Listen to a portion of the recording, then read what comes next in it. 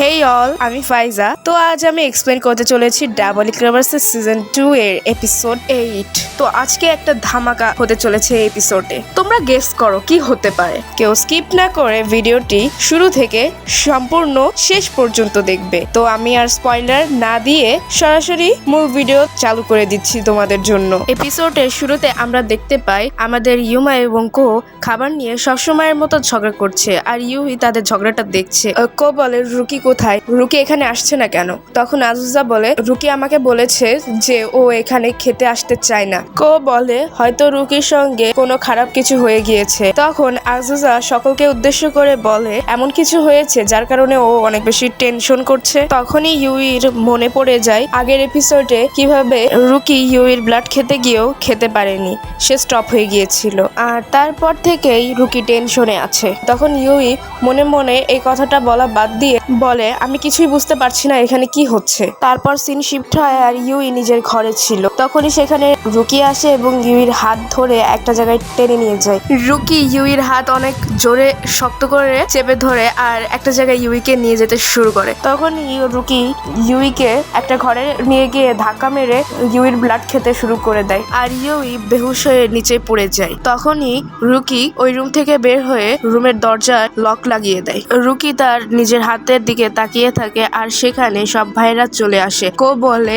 এখন থেকে আমরা ইউরির ব্লাড আরো অনেক বেশি খাবো যাতে আমরা আরাম হতে পারি। তারপর সিন শিফট হয় আর আমরা মুকামি ব্রাদার্সকে একসঙ্গে এক জায়গায় বসে থাকতে দেখি। কো বলে আমার মনে হয় না আমার কিটেনকে অনেকদিন ধরে লক করে রাখা হচ্ছে। তখন তাদের মধ্যে একজন বলে ইউই অনেক বেশি উইক হয়ে গিয়েছে। রুকি বলে ইভিস ব্লাডকে আরো বেশি আমাদের অ্যাওয়েকেন করতে হবে, আমাদের অ্যাডাম হতেই হবে।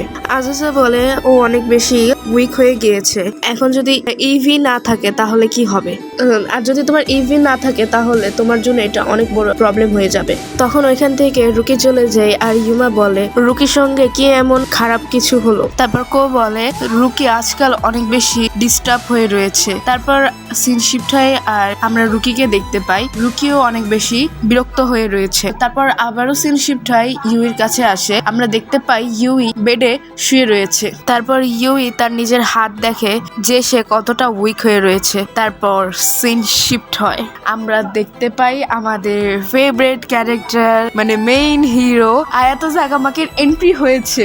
আমি আয়াতোকে কত মিস করেছি তোমাদেরকে আমি বলে বোঝাতে পারবো না। কে কে আয়াতোকে পছন্দ করো অবশ্যই কমেন্টে লিখবে। তো তারপর আয়াতো মুকামি মেনশনের বাইরে দাঁড়িয়ে রয়েছিল আর রুকি আয়াতোকে দেখে আর সব ভাইদের একটা কিছু অনুভব হয়, কারণ অফকোর্স আয়াতো পিওর ব্লাডেড ভ্যাম্পায়ার এবং মুকামি ব্রাদার্স হাফ ব্লাডেড ভ্যাম্পায়ার।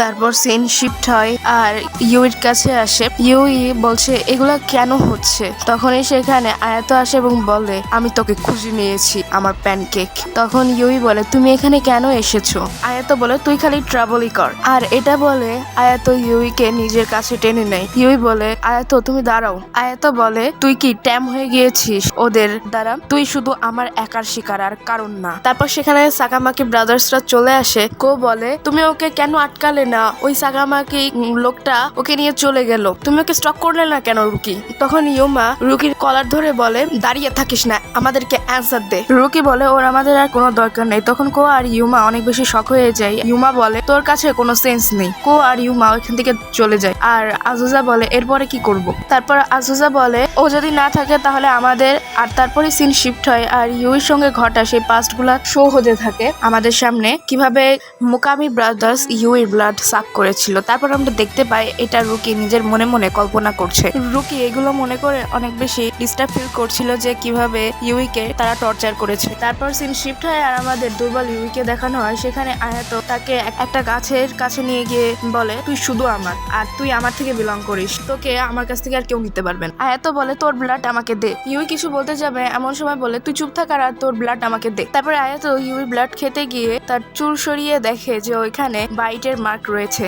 আয়াতো দাগের চিহ্নগুলো দেখে বলে এইটা তোমার সঙ্গে কে করেছে, আর আয়াতো অনেক বেশি রেগে যায়। তারপর আয়াতো ইউইর ব্লাড সাক করতে শুরু করে দেয় আর এখানে এই পার্টটি শেষ হয়ে যায়।